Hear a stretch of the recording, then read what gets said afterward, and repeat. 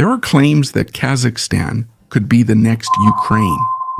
That the scenario we've already seen once could happen again, just in a different place and with different names. For some, it's a logical continuation. For others, it's complete nonsense. Kazakhstan and Ukraine have more in common than it first appears. And at the same time, it holds factors that could completely turn this whole story around. So the question isn't whether such a comparison appears. The question is whether it's a real threat or just a convenient myth that ignores key differences. And it's these differences that matter more today than most people are willing to admit. Why does this comparison even come up? The comparison between Kazakhstan and Ukraine didn't arise by chance or overnight. It always arises when people discuss borders, identity, and influence. And Kazakhstan has one fact in this regard that cannot be ignored. It has the world's longest continuous land border with Russia. Thousands of kilometers of territory without natural barriers, without mountains, without sea, without a clear geographical dividing line. That alone doesn't cause conflict, but in geopolitics, it always signals vulnerability. Demography is also linked to this border. Northern Kazakhstan has long had a large Russian and Russian-speaking population. Not ideologically, but historically. Resettlement during the Soviet Union, industrialization, agricultural projects, and military infrastructure created regions where the Russian language and culture remained dominant even after the collapse of the Soviet Union. This is where the first parallel with Ukraine emerges. Not because the situations are identical, but because the arguments are similar. The fact that the Baikonur Cosmodrome, one of the strongest symbols of Soviet and Russian space power, is located on the territory of Kazakhstan also fits into this picture. While it's less practical now, it still politically highlights the deep historical and strategic ties between the two countries. In Russia's political and media spheres, it's long been claimed that the borders of former Soviet republics were set administratively, not naturally. This narrative is not used constantly, but it is ready to be used whenever relations start to become complicated. In Ukraine's case, it raised doubts about the state's sovereignty and identity. Kazakhstan is more cautious for now, but the principle remains the same. Discussion of artificial borders often leads to questioning their rightful ownership. It's not just an academic debate. Recently, some Russian politicians and commentators have publicly questioned the historical legitimacy of Kazakhstan's current borders, particularly in the north. These statements may not represent the official policy of the Kremlin, but they show that such ideas exist and circulate in a space that Moscow has long tolerated. Post-2022 political developments also align with this framework. Kazakhstan may formally remain an ally of Russia within regional structures, but at the same time it has begun to build greater room for maneuver, refusing to recognize new territorial changes, practicing cautious diplomacy with the West, and diversifying foreign relations suggests the country doesn't want to stay fully under Moscow's influence. At this point, many see the comparison with Ukraine as a logical next step. However, the key point is that this comparison mainly concerns signals, not actions. It's not an open conflict, but a combination of historical facts, demographics, and subtle political shifts. For analysts, that's reason to question. For the public, it's cause for concern. This is how the simple conclusion arises. If something happens somewhere once, it can happen elsewhere too. But this logic hides the first trap. Similarity doesn't always mean repetition, and identical signals can produce very different outcomes. And to understand why this story doesn't have to develop in the same direction, we need to look at where this comparison starts to fall apart, where the similarity ends. The comparison seems convincing at first, but it falls apart in the details. Kazakhstan is not taking actions that would cause immediate conflict. It is neither joining Western military blocs nor signaling a quick geopolitical shift, nor calling Russia an enemy. For Moscow, that's a key difference. Without a clear red line, there is also no clear moment that could be politically presented as a necessary response. Another difference is the internal power dynamics. Ukraine entered the crisis as a pluralistic, conflict-ridden society with active street movements and weak central control. Kazakhstan works the opposite way. Political power is concentrated, the security forces are loyal, and the space for mass, uncontrolled changes is minimal. That doesn't mean stability in the democratic sense, but it does mean predictability. In geopolitics, predictability often outweighs sympathy. The key difference is external. Kazakhstan is not in a strategic vacuum. It is directly tied to China's long-term economic and pragmatic interests. For Beijing, Kazakhstan is not an ideological issue, but it's a logistical hub, raw material source, and crucial for Central Asia's stability.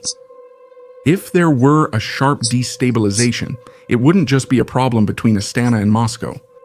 It would mean an intervention in the Chinese strategy, which is based on continuity, not chaos. This creates a situation that Ukraine has never had.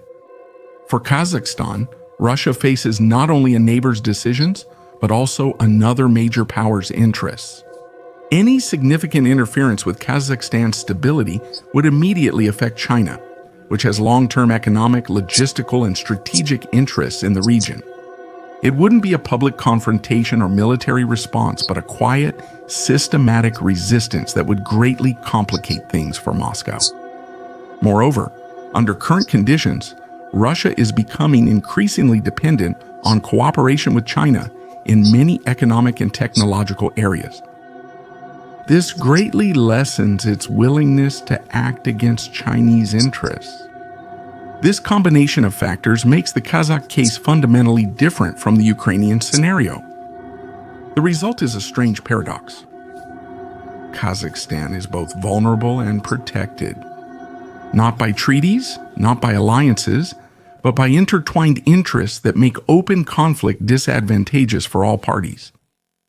That's why this story remains in the gray area between pressure and stability. If direct conflict isn't the case, another question remains: how can influence be maintained without crossing the point of no return? And that's exactly where the next chapter of this story moves. When Russian soldiers arrive. Kazakhstan isn't just a place where Russia tests its influence. Russian soldiers have already entered once, not in theory or analysis, but in reality. In January 2022, when the country was gripped by mass protests, the situation got out of control faster than most people were willing to admit. The streets burned, security forces collapsed, and the state neared chaos. At that moment, President Tokayev asked for help from the Collective Security Treaty Organization. Formally, it's a regional alliance, but in practice, Moscow makes the final decisions. Russian troops arrived in Kazakhstan along with smaller contingents of allies. Their role was officially technical and temporary, to protect infrastructure, stabilize the situation, and leave. And that's exactly what happened. The Russians left after a few days, without fighting, without occupation. On paper, it's an ideal example of a limited intervention that didn't create a long-term problem. Politically, it left an indelible mark. This moment actually showed two things at once. The first is that Russia has the ability and the mechanism to intervene in Kazakhstan very quickly if the situation allows it. The second is that the leadership of Kazakhstan itself is willing to accept this help in a time of crisis. Not out of ideology, but out of political survival. This experience makes it much harder to simply compare with Ukraine. In Ukraine, Russian forces entering was seen as an external hostile act. In Kazakhstan, it arrived at the government's invitation, which changes the story's context. It's not a scenario of aggression, but a scenario of dependence. Dependence forms a different relationship than open conflict. However, after this episode, Tokayev began taking steps that suggest he wanted to distance himself from the experience, rejecting some Russian expectations, carefully balancing relationships, and trying not to end up again in a situation where the only safeguard is a foreign army. It is precisely this contradiction that makes today's Kazakhstan both interesting and unstable at the same time. So the question is not whether Russia would be able to intervene. We already know that. The question is, under what conditions would an invitation turn into coercion? And where is the line beyond which this model would stop being beneficial for both sides? Where is the real red line? If Kazakhstan is to stay out of the Ukrainian scenario, what matters are not the similarities from the past, but the boundaries for the future. Because the red line here does not run along the map or through ethnic regions. It discusses decisions that could fundamentally shift the balance of power. The first point is an open geopolitical shift. Not balancing, not diplomacy on all sides, but a clear commitment to one bloc. The moment Kazakhstan started talking about military integration with the West, it would stop being a predictable partner for Moscow and would become a strategic risk. The second point is internal stability. The Russian intervention in 2022 showed that Moscow reacts when a state starts to fall apart from within. Not protests, but loss of control.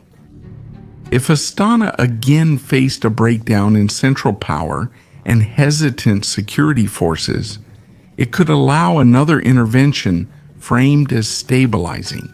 The difference is that the second time, it would no longer be about technical assistance, but about testing the limits of influence. The third line does not concern Kazakhstan directly, but rather its surroundings. Central Asia is where Russian, Chinese, and regional interests intersect. If this region started to fragment, if there were a series of crises or a realignment of alliances, Kazakhstan would automatically become a key point, not because it would want to, but because others would need to control it. And then there's the factor that holds the whole system together, China. As long as Beijing sees Kazakhstan as a stable bridge between East and West, it will push to maintain the balance. However, the moment it feels that the country is heading toward chaos or exclusive dependence on a single actor, its approach could change. And that would fundamentally recalculate the risks for everyone else. So the real red line is not a single specific step, but a combination of several breaking points. A geopolitical shift, internal weakening, and regional instability. Kazakhstan will stay in a gray zone until these factors align.